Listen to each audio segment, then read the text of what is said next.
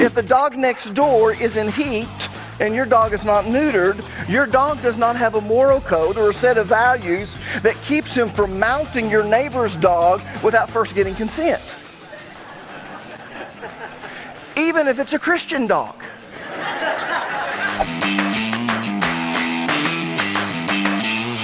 And God said, let us make man in our image after our likeness, and let them have dominion over the fish of the sea, and over the fowl of the air, and over the cattle, and over all the earth, and over every creeping thing that creepeth upon the earth. Now, as you can see from Genesis chapter 1, verse number 26, man is set apart from animals. In other words, there is a distinct difference between man and animals. And the reason there's a difference is because man is made in the image of God. That means that man is a personal, rational, and sovereign being. Now, when I say personal, I mean that man has emotions, morals, and values. When I say rational, I mean that man has the ability to reason. That's why God told the Israelites to come together and let us reason together. Look at the first part of Isaiah chapter 1, verse number 18. Notice what it says. Come and let us reason together, saith the Lord. So man has the ability to reason. He has the ability to accumulate facts, put those facts together in a logical manner, and come to a logical conclusion. Now, when I say that man is sovereign, I mean that man has the ability to make choices and decisions independent of others. That's why Joshua told the Israelites to choose who they would serve. Look at Joshua chapter 24, verse number 15, and I'll show you what I'm talking about. It says, and if it seem evil unto you to serve the Lord, and notice that the word Lord is in all caps. So it's referring to who? It's referring to Yahweh, the covenant-keeping God. So it says, if it seems evil unto you to serve Yahweh, choose you. Or we wouldn't say it that way. We would say, then you choose this day whom you will serve. Whether the gods which your fathers served that were on the other side of the flood, or the gods of the Amorites, and whose land ye dwell. But as for me and my house, we will serve the Lord. Now the reason Joshua told them to choose is because they have the ability, or had the ability, to make their own choices and decisions. Now, because man possesses these three characteristics, personality, rationality, and sovereignty, man has what theologians refer to as a free will. Now let me give you a definition for the term free will. If you don't know what free will is, write this down, put it in the back of your Bible. Here's a definition.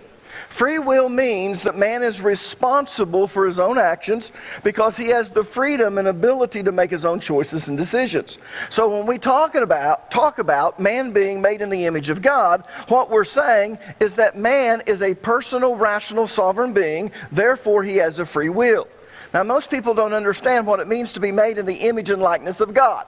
When they hear that man is made in the image and likeness of God, they think that man looks like God. Because man has a head, God must have a head. Because man has a torso, God must have a torso. Because man has 2 arms and 2 hands, God must have 2 arms and 2 hands. That is not what it means when it says man is made in the image of God. God is spirit. He doesn't have a physical body. And as a result of that, when it says that we are made in His image and in His likeness, it's not referring to the point that we look like God. We might look like God, we don't really know.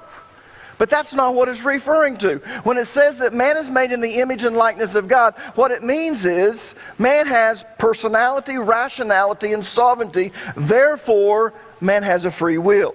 Now, look back at Genesis chapter 1, verse 26, and I want you to notice that man was designed to rule over all of God's creation. It says, and God said, let us make man in our image, after our likeness, and let them have dominion over the fish of the sea, and over the fowl of the air, and over the cattle, and over all the earth, and over every creeping thing that creepeth upon the earth.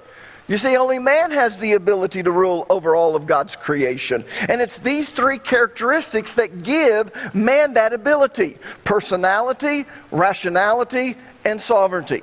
Animals, on the other hand, don't have this ability. In fact, animals are described as natural brute beasts in the book of Jude chapter 1, verse 10. Now, if you want to get technical, I don't have to say chapter 1. I can just say Jude 10. But I would have people coming up to me after the service and say, what chapter was that? Well, Jude only has 1 chapter. All right? So we're talking about Jude chapter 1, verse number 10. Now, animals are described by Jude in his book, verse 10, as natural brute beasts. Now I want you to notice the three words that Jude used to describe animals. The first is the word naturally. Naturally is translated from the Greek word physikos, and it literally means instinctively. You see, animals possess instincts, not personality. Now, if you're a pet person, I know what you're thinking. You're thinking, well, my dog has personality. How many of you are pet people and you have a dog and you think your dog has personality? All right? Well, that's not what I'm talking about, all right? When I say they don't have personality, I mean they don't respond according to a set of morals or a set of values. They respond instinctively. In other words, if the dog next door is in heat and your dog is not neutered, your dog does not have a moral code or a set of values that keeps him from mounting your neighbor's dog without first getting consent. Even if it's a Christian dog.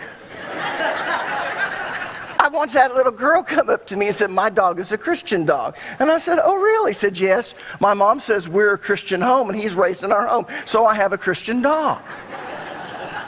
Well, I got her talking and come to find out she'd even baptized the dog and the kittens. Mom had to stop her because she almost drowned the kittens. But here's what I want you to understand. You can't sit down and start teaching your dog Christian values, certain morals that come from the Bible, and keep your dog from mounting your neighbor's dog without first getting consent. No. Because they don't have the ability to take that reason or to come to logical conclusions. It's not there. Is everyone with me? All right. So when I talk about personality, I'm not just talking about emotions or, he's always happy or he's always this. My dog has personality. I'm talking about values and morals. The second word that Jude used to describe animals was brute. Brute is translated from the Greek word alagos, and it means destitute of reason or unable to reason. You see, man is a rational being. That means that man has the ability to reason.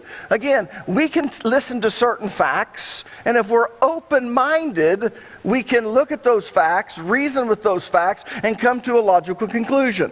Animals, on the other hand, respond according to instincts or conditioning. In fact, Pavlov performed experiments that prove that animals respond according to instinct or conditioning, not by rationality. In fact, most of you are probably familiar with his experiments. If you remember one of his experiments, he would ring a bell, and then he would feed these dogs. And pretty soon, he would ring the bell, and the dogs would start salivating, and they would run over to where the food was, and they would expect the food to come out, and they'd get all excited. Why? Because he had conditioned them that when the bell rung, they realized it's time to eat. Now, we can be conditioned too, but we're pretty quick to know food's not coming out, and we start reasoning, well, I guess it doesn't happen all the time. But those dogs, every time you would ring the bell, they would do the very same thing because they had been conditioned to respond to a certain stimulus of the bell ringing. Now, the last word that Jude uses to describe animals, or used to describe animals, was beast. Beast is translated from the Greek word zoon, and it's the word that the Greeks used to refer to any live creature. Now let me say this. We are creatures. God is not a creature. God is a being. Why are we creatures and God is not a creature? Because the word creature means you were creating God. It was not created. God is eternal. Every once in a while, I'll have a child come up and they want to play stump the pastor. I'm assuming they've already stumped their parents. Because they'll come up with this big smile on their face, say, hey, pastor, who created God? And I look at them and I said, no one created God. God is eternal. God has always existed. If God was created, he wouldn't be God. Oh, I'm going to go tell my parents that. People, I want you to understand something. God is not a creature. God is eternal. Everything you see around you has been created. There's only one being that has never been created, and that is God. And that's why you'll never find the Greek word zoon in the Bible referring to God. Because God is not a creature. God is a being.